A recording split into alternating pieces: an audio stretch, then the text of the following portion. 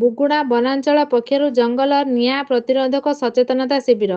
ओडिशा सरकारଙ୍କ जंगल परिवेश और जलवायु परिवर्तन विभाग तरफरु घुमुसर दक्षिण वनखंड भंजनगर नेतृत्व में गंजाम जिला बुगुड़ा वनांचल स्तरीय जंगल निया प्रतिरोध सचेतनता शिविर वनांचल अधिकारी मानस कुमार साहू तत्वावधान में बाघुआ स्थायी चारा उत्पादन केन्द्र परिसर में अनुष्ठित हो जाइछि। एही शिविर कार्यक्रम में मुख्य अतिथि भाव दक्षिण घुमुसर डिविजन आईएफएसडी सुश्री लाभदी जैन जोगदेइथिया बेले अन्यतम अतिथि भाव एएफएस प्रदीप कुमार बेहेरा, गौरीशंकर मिश्र, विभूतिभूषण मिश्र, बी गोपाल चंद्र पात्र, गंगाधर बिशोई, ताकरड़ा सरपंच दिलीप कुमार प्रधान, बिरंचीपुर सरपंच प्रतिनिधि संतोष कुमार सेठी, बी करड़ाबाड़ी सरपंच करचुली, भगवानपुर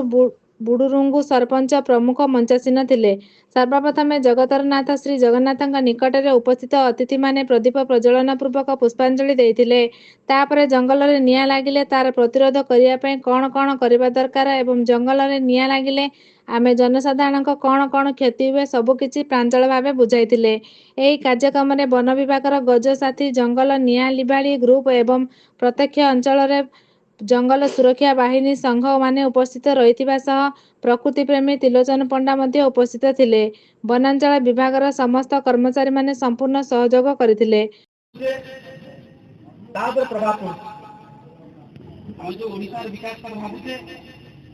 या हम देश विकास कर भाबुते आ विकसित ओडिसा का भाबुते ता प्रत्यक्ष भाव जंगल से जोड़ित आज पर्यंत हम जहाँ व्यवहार करछे जंगल हम जहाँ बसी समय आसी रक्षा देवा ना एमती समय आसो कोरोना समय जमी है कि अम्लजान सब सिलिंडर धरिकी आगु आडभांस सब रखी अम्लजान सिलिंडर सब आडभांस धरा में सिलिंडर को व्यवहार कर बहुत गुड़ा जगह देखिए समस्ते कहूँ जहाँ कहे आप कहे प्रभु जगन्नाथ